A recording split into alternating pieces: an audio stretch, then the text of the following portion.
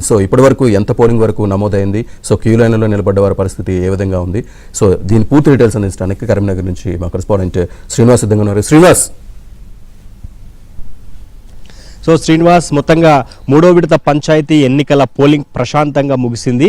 అక్కడక్కడ చిన్న చిన్న ఘటనలు మినహా మిగతా అంతా కూడా మూడో విడత పంచాయతీ పోలింగ్ను కూడా పోలీసులు ప్రశాంతంగా ముగించేశారు. సో 2 గంటలకు కౌంటింగ్ ప్రక్రియ ప్రారంభం కాబోతోంది.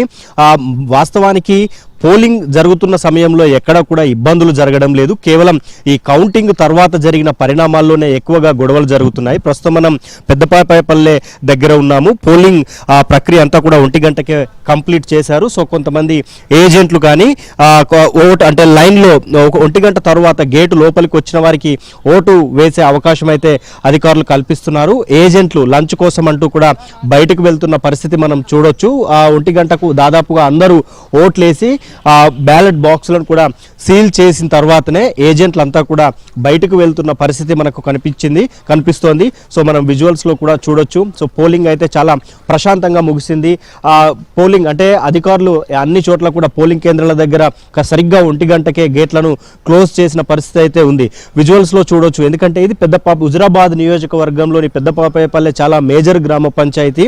సో ఇక్కడ ఏజెంట్లు అంతా కూడా ఒక్కొక్కరుగా బయటకు వస్తున్న పరిస్థితి అయితే మనకు కనిపిస్తోంది.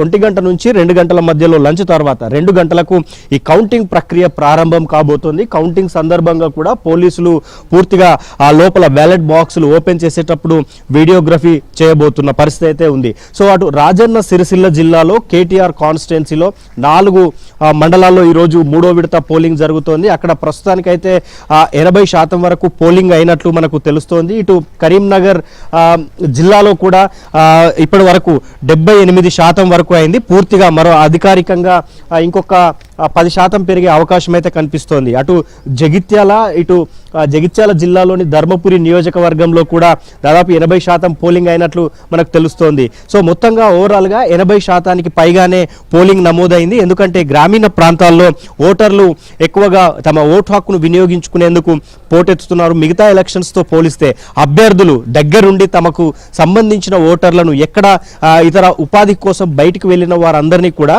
సొంత గ్రామాలకు రప్పించుకొని తమకు అనుకూలంగా ఓటు వేయించుకుంటున్న పరిస్థితి అయితే కనిపించింది.